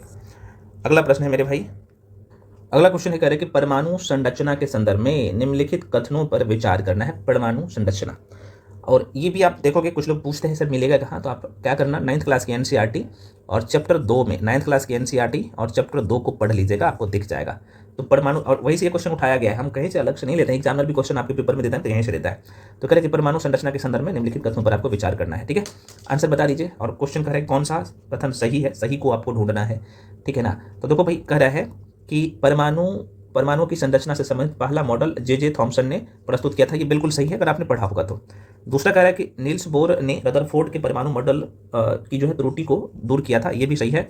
दोनों स्टेटमेंट आपको क्या दिख रहा है, साफ साफ सही दिख रहा है, ठीक है। तो परमाणु संरचना के संदर्भ में पहला और दूसरा दोनों स्टेटमेंट सही था। और ये भी ध्यान रखना, परमाणु संरचना से संबंधित पहला जो मॉडल दिया था जे थॉमसन में, ये कब दिया था, तो ये भी पूछ लेता है। तो 1897 ईस्वी में, ये डेट कई बार पूछ लेता है, ठीक है ना। और नील्स बोर ने कब, तो आप कहिएगा सर 1913 में, ये डेट भी आपको पढ़ाया गया है बहुत कायदे से, आपने क्लास किया होगा इसका। तो नील्स बोर ने वर्ष 1913 में मैक्स प्लांक के क्वांटम सिद्धांत का प्रयोग कर रदरफोर्ड के परमाणु मॉडल की त्रुटि को दूर किया था 1913 में। तो ये प्रश्न पूछता है, माइंड में रखिएगा। चलो भाई, अगला क्वेश्चन है, और ये आपको दिख जाएगा एनसीईआरटी में, 9th क्लास की एनसीईआरटी में ये भी क्वेश्चन है ना। और ये कौन सा चैप्टर में देखिएगा, तो चैप्टर 4 को देख लीजिएगा 9th क्लास की एनसीईआरटी में, चैप्टर 4 में। अब देखो भाई, क्वेश्चन पूछ दिया है कि निम्नलिखित में से कौन सा एक किसी तत्व के परमाणु क्रमांक सबसे सही निर्धारित करता है, सबसे सही निर्धारित करता है। परमाणु क्रमांक आप समझ रहे हो ना, परमाणु क्रमांक कौन होता है, नीचे वाला, ऊपर वाला परमाणु भार होता है ना, मैं बहुत कायदे से पढ़ा चुका हूँ। तो बिल्कुल ए प्रोटॉन की संख्या। क्वेश्चन को थोड़ा सा पढ़िए, आंसर आपके मुट्ठी में है। और ये भी आपको मैं बता दूं कि चैप्टर 4 में और 9th क्लास की एनसीईआरटी में देखिएगा। तो क्वेश्चन क्या पूछा है कि निम्नलिखित में कौन सा एक किसी तत्व के परमाणु क्रमांक को सबसे सही निर्धारित करता है। तो जो परमाणु क्रमांक होता है वही प्रोटॉन की संख्या होता है, बताया हो ना, परमाणु क्रमांक और प्रोटॉन संख्या बराबर होता है। तो बस आंसर आपके मुट्ठी में। चलो आगे बढ़ते हैं भाई, अगला क्वेश्चन है, उच्चतम वेधन क्षमता की विकिरण है, सबसे ज्यादा वेधन क्षमता कौन से किरण का है। और ये भी आपको दिखेगा कहाँ पे, तो आप देख लीजिएगा 11th क्लास की एनसीईआरटी में, 11th क्लास की एनसीईआरटी में। और चैप्टर कौन सा, तो चैप्टर दूसरा देख लीजिएगा, सेकेंड चैप्टर में, दूसरा चैप्टर में, है ना, दूसरा चैप्टर में आपको दिख जाएगा, दूसरा सेकेंड चैप्टर में 11th क्लास की एनसीईआरटी। कुछ लोग पूछता है कि सर साइंस वाला कम से कम थोड़ा सा बता दीजिए, तो इसलिए मैं बता दे रहा हूँ। तो भाई देखो, गामा किरणें, है ना, गामा किरण के बारे में कितने लोग जानते हो, गामा किरण, है ना, गामा किरण उच्चतम वेधन क्षमता वाले विकिरण है। गामा किरणें की बात कर ले तो उस कितना, तो 100 सेंटीमीटर है ना, 100 सेमी मोटी एल्युमिनियम की चादर को भेद सकता है। 100 सेंटीमीटर समझ रहे हो, 100 सेंटीमीटर मोटी एल्युमिनियम चादर को भी भेद सकता है गामा किरण, इतना पावर होता है। तो गामा किरण का वेधन क्षमता सबसे ज़्यादा हो सकता है, और इन किरणों का वेग प्रकाश के वेग का बराबर होता है, प्रकाश के वेग का बराबर होता है गामा किरण का। तो आंसर क्या टिक कर दीजिएगा, सी कर दीजिएगा, गामा किरणें वेधन क्षमता सबसे ज़्यादा होता है। चलो भाई अगला क्वेश्चन आपके सामने। क्वेश्चन कह रहे हैं कि निम्न में से कौन से रासायनिक परिवर्तन को निरूपित करते हैं। रासायनिक परिवर्तन और भौतिक परिवर्तन बहुत कायदे से पढ़ चुका है, ऐसा मैं थोड़ा सा बता देता हूँ कहाँ पे मिलेगा ये क्वेश्चन। एनसीईआरटी जाके देखना, और ये 7th क्लास की है ना, 7th क्लास की एनसीईआरटी और चैप्टर आप 6ठा देख लीजिएगा, दिख जाएगा क्वेश्चन, ठीक है।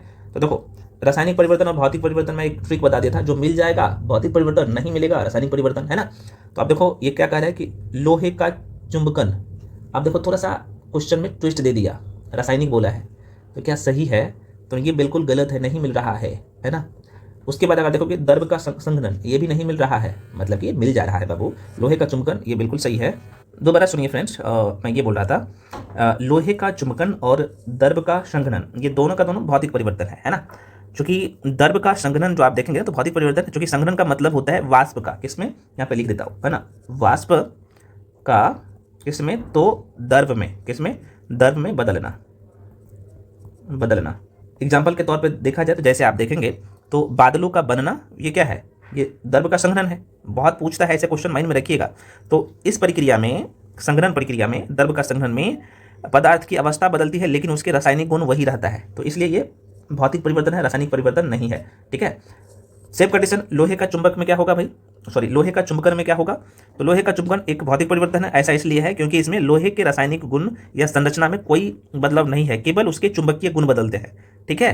तो माइंड में रखिएगा, ये तो दोनों जाहिर सी बात है भौतिक परिवर्तन होगा, रासायनिक परिवर्तन तो नहीं होगा। अब यहाँ पे ईंधन का ज्वलन, ये साफ साफ आपको दिख रहा होगा, ये कहीं ना कहीं रासायनिक परिवर्तन है। लोहे में जंग लगना ये भी रासायनिक परिवर्तन है, तो ये दोनों सही हो जाएगा। तो आंसर सी टिक कर लीजिएगा। कुछ है कुछ नहीं है, इसलिए मैं कह रहा हूँ आप क्या करिएगा, एनसीईआरटी, जो लोग नहीं कहीं पे जुड़ के पढ़ रहे हो तो एनसीईआरटी बुक को पढ़िएगा। अब जो मैं आपको टेस्ट करवाऊंगा ना, तो पहले एनसीईआरटी का साइंस में बात कर लूँ, चाहे करंट अफेयर्स की बात कर लूँ या जीके जीएस की बात कर लूँ, खासतौर पे एनसीईआरटी स्टैटिक वाला सेक्शन में, जैसे साइंस हो गया आपका, हिस्ट्री, पॉलिटी, ज्योग्राफी और इको का क्वेश्चन मैं एनसीईआरटी का लूंगा। साइंस का, इको का मतलब कि इंडियन इकोनॉमी का, इंडियन ज्योग्राफी का और साइंस का स्पेशली क्वेश्चन आपको एनसीईआरटी से देखने को मिलेगा, है ना। कुछ हिस्ट्री का सेक्शन भी एनसीईआरटी का क्वेश्चन लिया जाएगा, और टेस्ट के थ्रू भी आप पूरे अच्छे से करते हो तो यार आप बोनाफाइड बन जाओगे, चाहे साइंस हो या करंट अफेयर्स हो, बाकी सेक्शन हो, है ना। तो आप लोग क्या करिए, इतना मेहनत किया जा रहा है आप लोगों के लिए, तो चैनल को सब्सक्राइब कर लीजिए। क्वेश्चन बनाने में कितना टाइम लगता है आप लोग समझ ही रहो। तो फ्रेंड्स ये 7th क्लास की एनसीईआरटी है, ये 7th क्लास की एनसीईआरटी, और चैप्टर 6 को जो लोग पढ़िएगा तो आप जाके पढ़ लीजिएगा एक बार, है ना। चलो भाई अगला प्रश्न है, कि पंचायती राज निम्नलिखित में से किसका विषय है। लो अब पॉलिटी का क्वेश्चन आ गया, तो संघ सूची, राज सूची, समवर्ती सूची, मास्टर वीडियो भी आपने देखा होगा, तो आप इसका आराम से जवाब दे देंगे। तो ये पंचायती राज सूची का विषय है, आप लोग बचपन से जानते हैं। अगला क्वेश्चन, नेक्स्ट क्वेश्चन है, पंचायती राज डाइस के अंतर्गत स्वशासन की इकाई के रूप में संगठित किया गया। तो बिल्कुल आंसर क्या हो जाएगा, डी, जो कि भारतीय संविधान के 73वें संविधान संशोधन के तहत। आसान सा क्वेश्चन है। नेक्स्ट है, भारतीय संविधान के किस अनुच्छेद के अंतर्गत लोकसभा में अनुसूचित जातियों के आरक्षण का प्रावधान, कौन सा, तो ये एससी के बारे में बात कर रहा है, कौन से अनुच्छेद में एससी के बारे में प्रावधान है और उसके आरक्षण के बारे में, है ना। तो बिल्कुल जो लोग यहाँ पे 3 से अनुच्छेद 330 टिक कर रहे हैं बिल्कुल सही है, और पॉलिटी अच्छे से मैं पढ़ाया हूँ बच्चे जैसे डुबा के। अब ये भी पूछ लेता है, 331 भी बहुत पूछता है, तो भाई लोकसभा में आंगल समुदाय का प्रतिनिधित्व समाप्त हो गया है, तो पहले इसमें था, तो ये 331 में था। और ये 33 भी बहुत पूछता है, तो राज्यों के विधानसभाओं में आंगल समुदाय के प्रतिनिधित्व अब जो समाप्त हो गया है, तो उसके बारे में प्रावधान था। तो ये पूछता है ना, 32 पूछता है भाई, 32 भी ध्यान रखना, तो ये आंगल समुदाय से संबंधित है। 32 की बात करो तो राज्य विधानसभा में, राज्यों की विधानसभाओं में। अब देखो एससी का ये बहुत पूछता है ना, अनुसूचित जाति एवं एसटी का, है ना, एससी और एसटी के आरक्षण से संबंधित है अनुच्छेद 232। वेरी वेरी इंपॉर्टेंट है, बहुत पूछता है, माइंड में रखिएगा। अगला प्रश्न है, भारत के राष्ट्रपति को विशिष्ट केंद्र राजकोषीय, है ना, संबंधों के बारे में सुझाव किसके द्वारा दिया जाता है, बता दो। ये अच्छा क्वेश्चन है ना, वित्त आयोग द्वारा, बिल्कुल सही है। अगला क्वेश्चन है, भारत में राजनीतिक दल का पंजीकरण निम्नलिखित प्रावधानों में से किसके अनुसार किया जाता है, किसके अनुसार किया जाता है, बताओ। ऑप्शन है आपके सामने, और बिल्कुल जो लोग ए टिक कर रहे हो, लोकसभा प्रतिनिधित्व अधिनियम 1951 के तहत। नेक्स्ट, भारत के संविधान का कौन सा अनुच्छेद देवनागरी लिपि में हिंदी को संघ के सरकारी भाषा के रूप में मान्यता देता है? कौन सा अनुच्छेद? सभी लोग एक्सपर्ट हैं, हमें बताने की जरूरत नहीं है, बिल्कुल जो लोग सीटी कर रहे हो 343, अनुच्छेद 343। नेक्स्ट, निम्नलिखित में किस मामले में स्वतंत्र एवं निष्पक्ष चुनाव भारतीय संविधान, है ना, भारतीय संविधान की मूल संरचना के रूप में पहचाना जाता है? पहचाना जाता है, बिल्कुल ये हो जाएगा इंदिरा गांधी बनाम राजनारायण, है ना।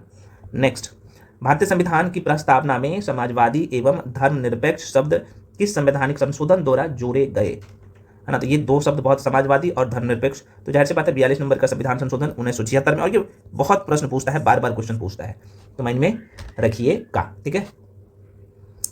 इसे मिनी संविधान भी कहा जाता है, 42वें नंबर संविधान का ना मिनी संविधान के नाम से भी जाना जाता है। अगला क्वेश्चन है भाई, संविधान का 105 नंबर का संविधान संशोधन हुआ था, तो कह रहा है किससे संबंधित है, ये पूछ रहा है।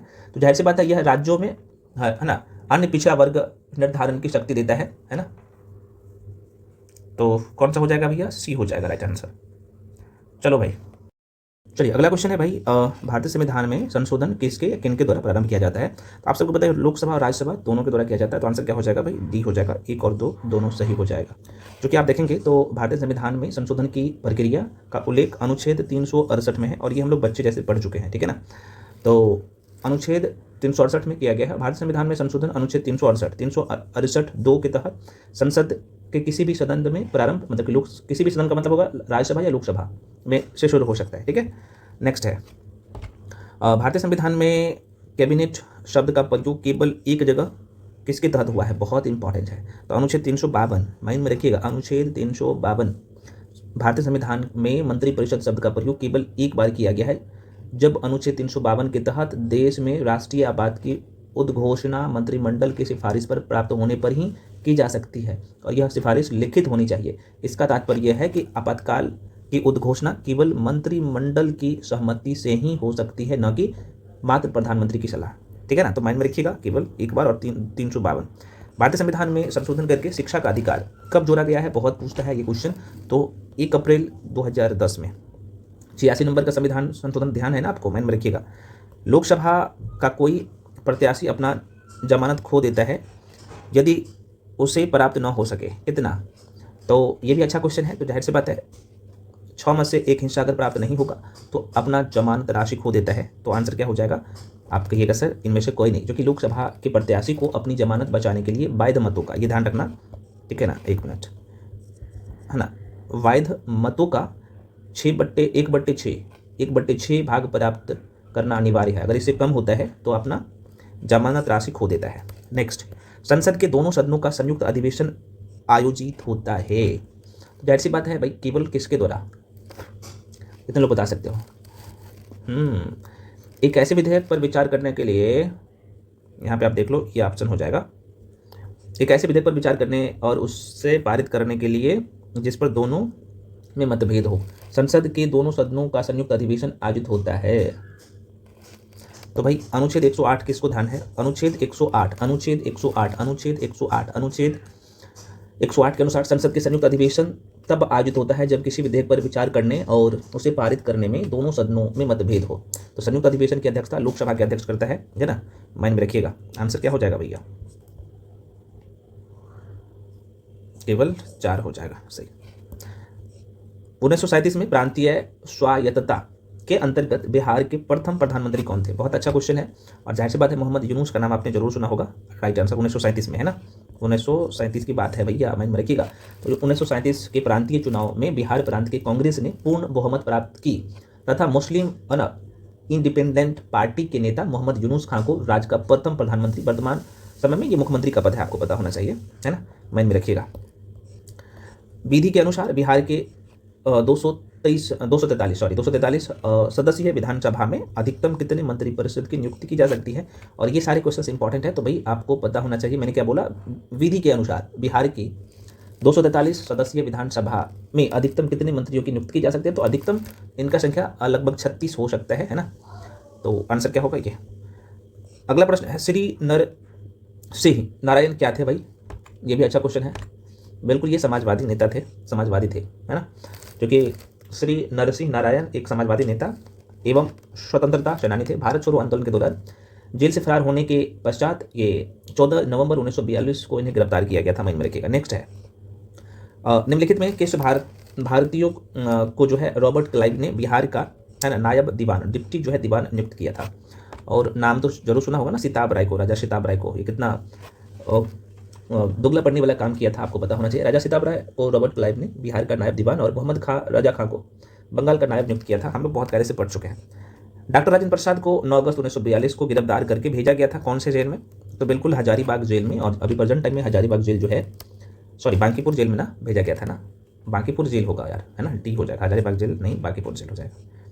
बांकीपुर जेल में रखा गया था। नेक्स्ट है निम्न पदार्थों में से कौन सा पदार्थ खाने की वस्तु के है ना परिरक्षण में प्रयोग होता है ना, परिरक्षण में, जिसे इंग्लिश में हम लोग प्रिजर्वेशन कहते हैं, इसमें होता है। तो बिल्कुल जो लोग सीटी कर रहे हो है ना, सोडियम बेंजोइट राइट आंसर हो जाएगा। नेक्स्ट है किस खनिज से रेडियम प्राप्त किया गया था, है ना, रेडियम बिल्कुल जो है ना, पिंच ब्लेड का नाम सुना होगा आप लोग सभी ने। तो रेडियम पिंच ब्लेड से प्राप्त किया जाता है। हेमेटाइट से लोहा प्राप्त किया जाता है, जबकि अवसादी शैल से चूना पत्थर प्राप्त किया जाता है। बेसिक सा क्वेश्चन है। अपमार्जन क्या है भाई? तो यह जो है शोधन अभिकर्ता है। इसका बुकलेट आपको बैच में मिल जाएगा। अग्निशामक के रूप में कौन सा पदार्थ उपयोग में लाया जाता है? बहुत पूछता है ये क्वेश्चन, ठीक है। तो बिल्कुल ये NaHCO3 हो जाएगा इसका राइट आंसर, क्योंकि सोडियम बाइकार्बोनेट इसका रासायनिक नाम है ना। सभी लोग जानते हो ना सोडियम, इसका रासायनिक नाम क्या है? Sodium bicarbonate, sodium bicarbonate, mind में रखिएगा, ठीक है ना। नेक्स्ट नीला थोथा रासायनिक रूप से है, क्या कहते हैं इसे? ये पूछता है। तो जाहिर सी बात है, इसे कॉपर सल्फेट हम लोग कहते हैं। Copper sulphate C is the right answer. और इसका जो सूत्र होता है तो आप कहिएगा सर CuSO4 होता है ना, SO4 है ये। नेक्स्ट डॉक्टर द्वारा जो है एंथीसिया के रूप में प्रयोग होने वाला जो हास्य गैस होता है ना, लाफिंग गैस जो होता है, ये कौन सा होता है? ये भी बहुत प्रश्न पूछता है। बिल्कुल नाइट्रस ऑक्साइड हो जाएगा right answer, C is the right answer, nitrous oxide. धोने वाला सोडा का रासायनिक सूत्र क्या है ना, जिसे कपड़ा धोते हैं, धोने वाला सोडा। तो बिल्कुल बी हो जाएगा, Na2CO3 राइट आंसर हो जाएगा। धोने वाला सोडा का रासायनिक सूत्र ये होता है, जिसे हम लोग सोडियम कार्बोनेट कहते हैं ना। इसे क्या कहते हैं? सोडियम कार्बोनेट कहते हैं, ठीक है। नेक्स्ट किस रंग का तरंगदैर्घ्य सबसे अधिक होता है? तरंगदैर्घ्य सबसे अधिक किसका होगा? पढ़े हो ना भाई, लाइट वाला चैप्टर में बहुत कायदे से पढ़ाया हूँ। तो बिल्कुल लाल का सबसे ज़्यादा होगा, ठीक है ना। लाल झुकता सबसे कौन ज़्यादा है? तो बैगनी। ये सब माइंड में रखिएगा। अगला प्रश्न है पदार्थ के एक रूप का कोई निश्चित आकार नहीं होता, लेकिन इसका एक निश्चित आयतन होता है। पदार्थ इस रूप का एक उदाहरण है, ये पूछा है। तो जाहिर सी बात है मिट्टी का तेल इसका राइट आंसर हो जाएगा। नेक्स्ट है एसिटिक अम्ल एक दुर्लभ अम्ल है, क्यों है दुर्लभ अम्ल? क्योंकि इसका वियोजन निम्न होता है। वियोजन मैं आपको पढ़ा चुका हूँ बहुत कायदे से, तो वियोजन निम्न होता है ना, तो इसलिए इसका राइट आंसर ये हो जाएगा। यूरिया की पहचान की जा सकती है। तो भाई बायोवेट परीक्षण के द्वारा, माइंड में रखिएगा। निम्न में से कौन सी सिरके का संघनन है? निम्नलिखित में से कौन से सिरके का संगठन होगा, है ना, किससे मिलकर बना है, आपको ये पूछा है। तो जाहिर सी बात है पानी में एसिटिक एसिड 5% से 8% घोल, ठीक। तो डी आंसर हो जाएगा, 5 से 8 ही होगा, ज़्यादा मत टिक कर दीजिएगा। मच्छर भगाने वाली दवाओं में सक्रिय रसायन है। मच्छर भगाने वाले दवा में सक्रिय रसायन कौन सा है? तो ये हो जाएगा एलिथ्रीन है राइट आंसर, एलिथ्रीन हो जाएगा। नेक्स्ट है निम्न पंचवर्षीय योजना में किसमें जो है तीव्रतर, है ना, संपोषणीय तथा जो है अधिक समावेशी विकास का दृष्टिकोण रखा गया? तो बिल्कुल यहाँ पे आंसर हो जाएगा डी, 12वीं पंचवर्षीय योजना में। इसे माइंड में रख लीजिएगा। और इसका 12वीं पंचवर्षीय योजना का जो टाइम पीरियड था 2012 से 17, है ना। और इसमें कितने % का लक्ष्य रखा गया था? 8% का, है ना, और जो कि तीव्र अधिक समावेशी और सतत विकास था। और इसमें 8% विकास दर का लक्ष्य था, 8% विकास दर का लक्ष्य था रखा। नेक्स्ट क्वेश्चन है भाई आपके सामने, क्वेश्चन कह रहा है हिंदू वृद्धि दर किससे संबंधित है? तो जाहिर सी बात है यह जो है GDP से संबंधित है ना, माइंड में रखिएगा। बिहार के इतिहास में पहली बार राज्य का आर्थिक सर्वेक्षण प्रस्तुत किया गया था। बहुत क्वेश्चन ऐसे पूछते हैं, ऐसे क्वेश्चन जानबूझ के पूछता है, ठीक है ना। तो नीतीश कुमार के द्वारा किया गया था। किसके द्वारा? नीतीश कुमार के द्वारा किया गया था। कब किया गया था? 2006 से 7 में, है ना, 2006-7 में। नेक्स्ट 10वीं पंचवर्षीय योजना था ना, उसका टाइम पीरियड क्या था, ये पूछ रहा है। 10वीं पंचवर्षीय योजना तो भाई 12वीं था, आप सबको पता है कि 12 से 17 तो 10 साल कम कर दो बस, तो 2002 से 7 हो जाएगा। तो ऐसे क्वेश्चन ना बस आपको पूछता है, इसलिए मैं लिया हूँ, ठीक है ना, सब टाइप का क्वेश्चन लिया हूँ। अब जो आएगा टेस्ट थोड़ा सा टफ करूँगा क्वेश्चन को, है ना। अगला प्रश्न है भारत में योजना अवकाश की अवधि है। योजना अवकाश बिल्कुल यहाँ पे बी हो जाएगा, है ना, जो कि 66 से 69 था भाई। नाबार्ड उधार देता है, किसको देता है उधार भैया? तो आप कहिएगा कृषि एवं ग्रामीण विकास बैंकों को देता है नाबार्ड, है ना। तो आंसर क्या होगा? सी। नेक्स्ट है वैश्वीकरण में जो है सम्मिलित नहीं है। वैश्वीकरण में क्या सम्मिलित नहीं है, ये पूछा जा रहा है। वैश्वीकरण में जो है सार्वजनिक क्षेत्र की इक्विटी का जो है विनिवेश नहीं है सम्मिलित, ठीक है ना। ये वाला राइट आंसर हो जाए। अगला प्रश्न है 1582 में अकबर ने वेरी वेरी इंपॉर्टेंट है दीन ए इलाही लागू किया था, जो था क्या था दीन ए इलाही? कितने लोग बता सकते हो? बिल्कुल बी हो जाएगा। ये दीन ए इलाही ना व्यवहार संहिता था, है ना, जो कि 1882 में अकबर द्वारा परिवर्तित कर एक समरूप धर्म था ये, है ना। तो व्यवहार संहिता। हल्दी घाटी का युद्ध में महाराणा प्रताप की सेना के सेनापति कौन थे? बहुत पूछता है ये क्वेश्चन। तो हकीम खान, जरूर नाम ध्यान रखिएगा। और 1776 में हुआ था भाई ये, सॉरी 1576 में हल्दी घाटी का युद्ध हुआ था, ये भी पूछता है। 1576 में मेवाड़ के शासक राणा प्रताप और मुगल शासक अकबर के बीच में हुआ था हल्दी घाटी का युद्ध। चलो भाई, शेरशाह की जो है भू लगान व्यवस्था की जो है निम्नलिखित में से किससे तुलना की जा सकती है, ये पूछ रहा है, ठीक है। तो बिल्कुल आंसर यहाँ पे सी हो जाएगा, रैयत बारी व्यवस्था से, है ना, रैयत बारी व्यवस्था। नेक्स्ट है भारत के किस नगर को मध्यकाल में सिराज ए, है ना, मशरिक, जिसे हम लोग पूरब का जो है सिराज कहा जाता है, कौन से शहर को कहा जाता है, ये पूछ रहा है। तो बिल्कुल जौनपुर को कहा जाता है। दास्तान ए अमीर हजमा का चित्रांकन किसके द्वारा किया गया? तो ये भी ध्यान रखना, आंसर हो जाएगा सी, मीर सैयद अली के द्वारा किया गया था। नेक्स्ट है सर्वप्रथम किस मराठा पेशवा ने सहायक संधि को स्वीकार किया था, है ना। तो ये भी अच्छा क्वेश्चन है भाई, बी मतलब बाजीराव द्वितीय हो जाएगा, है ना, बाजीराव द्वितीय। नेक्स्ट है महाराष्ट्र में वतनदार किस वर्ग को कहा जाता था? वतनदार, तो जाहिर सी बात है सामंत वर्ग जो थे ना उसे वतनदार कहा जाता था। वका, है ना, तबकात ए अकबरी, बहुत अकबरी माफी चाहता हूँ, तबकात ए अकबरी, जिसे कभी कभी अबुल फजल के अकबरनामा से अधिक विश्वसनीय माना जाता है, किसके द्वारा लिखा गया था, ये पूछ रहा है। तो जाहिर सी बात है यह जो है निजामुद्दीन अहमद के द्वारा लिखा गया था, लिखी गई थी पुस्तक, बहुत इंपॉर्टेंट है, माइंड में रखिएगा। और ऐसे क्वेश्चन जानबूझ के देता है ताकि आप गलती करो। अगला प्रश्न है जागीर बांटने की फिरोज शाह तुगलक की नीति के पीछे कौन सी शक्ति थी? और ये भी अच्छा है, बिल्कुल परंपरागत विशिष्ट वर्ग को संपन्न, है ना ये। नेक्स्ट, बाजार नियंत्रण के लिए कौन सा सुल्तान प्रसिद्ध था? नाम जानते ही है ना, अलाउद्दीन खिलजी का, है ना, खिलजी हो जाएगा। नेक्स्ट है ठगों का उन्मूलन किसके नेतृत्व में हुआ था? सभी लोग जानते हो ना, सलीमन, कर्नल है ना, सलीमन का नाम सभी लोग सुने हो, डायरेक्टली प्रश्न पूछता है। ब्रिटिश भारत में किस अधिनियम द्वारा मुसलमानों को पृथक निर्वाचन का अधिकार दिया गया? तो अब देखो भाई 1900 पार्लियामेंट्री सुधार नाम जानते हैं और डायरेक्टली यहाँ से प्रश्न पूछता है, ठीक है ना, मैंने रखिएगा। द्वैध शासन का जनक किसे माना जाता है भाई? तो द्वैध शासन का जनक हम लोग, है ना, सर लियोनिल जो है कार्टियस को जानते हैं ना, द्वैध शासन का जनक। किसने अप्रैल 1930 में जो है ना वेदारण्यम सत्याग्रह का जो है आयोजन किया? और ये भी बहुत अच्छा क्वेश्चन है, तो बिल्कुल बी हो जाएगा, सी राजगोपालाचारी राइट आंसर होगा। नेक्स्ट है 1934 में कांग्रेस सोशलिस्ट पार्टी की स्थापना की थी, किसके द्वारा किया गया था? तो इनका भी सी हो जाएगा, जयप्रकाश नारायण और आचार्य नरेंद्र दीप द्वारा, है ना। तो ये राइट आंसर सी हो जाएगा। नेक्स्ट है द्वितीय गोलमेज सम्मेलन किस प्रश्न पर असफल रहा, है ना? तो जाहिर सी बात है सांप्रदायिक प्रतिनिधित्व राइट आंसर हो जाएगा। अगला प्रश्न है इनमें से किसने 1947 में भारत और पाकिस्तान के बीच अंतर्राष्ट्रीय सीमा खींचने के लिए स्थापित की गई सीमा का आयोगों का नेतृत्व किया था? और नाम ही उसका जाहिर सी बात है ना, इसका नाम है सिरिल रेडक्लिफ, है ना। नेक्स्ट, इनमें से कौन 1946 में भारत भेजे गए कैबिनेट मिशन का सदस्य नहीं था? डायरेक्टली प्रश्न पूछता है भाई। तो देखो कौन जो है कौन शामिल इसमें नहीं था, ये पूछ रहा है ना। बिल्कुल स्टेफोर्ड क्रिप्स, एबी अलेक्जेंडर और पैंथिक लॉरेंस इसका सदस्य था, लेकिन रेमचे मैकडोनाल्ड राइट आंसर होगा, ये नहीं था। भारत छोड़ो आंदोलन का प्रस्ताव कहाँ पारित हुआ था, कौन से अधिवेशन में? तो इसका आंसर आप लोग बताइएगा, चलो मैं बता देता हूँ, मुंबई अधिवेशन में हुआ था यार, है ना। तो आंसर क्या होगा, डी हो जाएगा, ठीक ना। इसका जवाब आप सभी लोग दीजिएगा, किस आंदोलन में महात्मा गांधी ने करो और मरो का नारा दिया था? इसका आंसर आप लोग कमेंट सेक्शन में बता दीजिएगा क्या हो जाएगा, ठीक है। इसका आंसर आप सभी लोग बता दीजिएगा कि आंसर क्या होगा कि इसका, है ना, कि किस आंदोलन में गांधी जी ने करो और मरो का नारा दिया था। तो फ्रेंड्स कंप्लीट हुआ, और ये बुकलेट ऑलरेडी दे दिया हूँ, डिटेल में सब कुछ चर्चा कर दिया हूँ, तो आप सभी लोग प्रिंट आउट करवा जरूर लीजिएगा।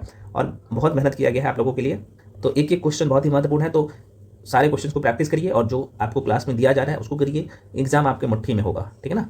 तो सभी लोग चैनल को सब्सक्राइब कर लीजिए, बेल आइकन प्रेस करके रखिए, और आपको डेली टेस्ट चाहिए तो ऐसे लिख कर जो है कमेंट सेक्शन में कमेंट जरूर करिएगा। अच्छा, इसका जो कट ऑफ था आज का टेस्ट का, भाई अगर आपका नंबर जो है 100 में 100 में अगर आप नेगेटिव काट के, नेगेटिव 1/3 है, ठीक है ना, तो 1/3 नेगेटिव काट के अगर 65 क्वेश्चन सही कर रहे हो, आप बोनाफाइड हो, सर्वोत्तम हो, ठीक है।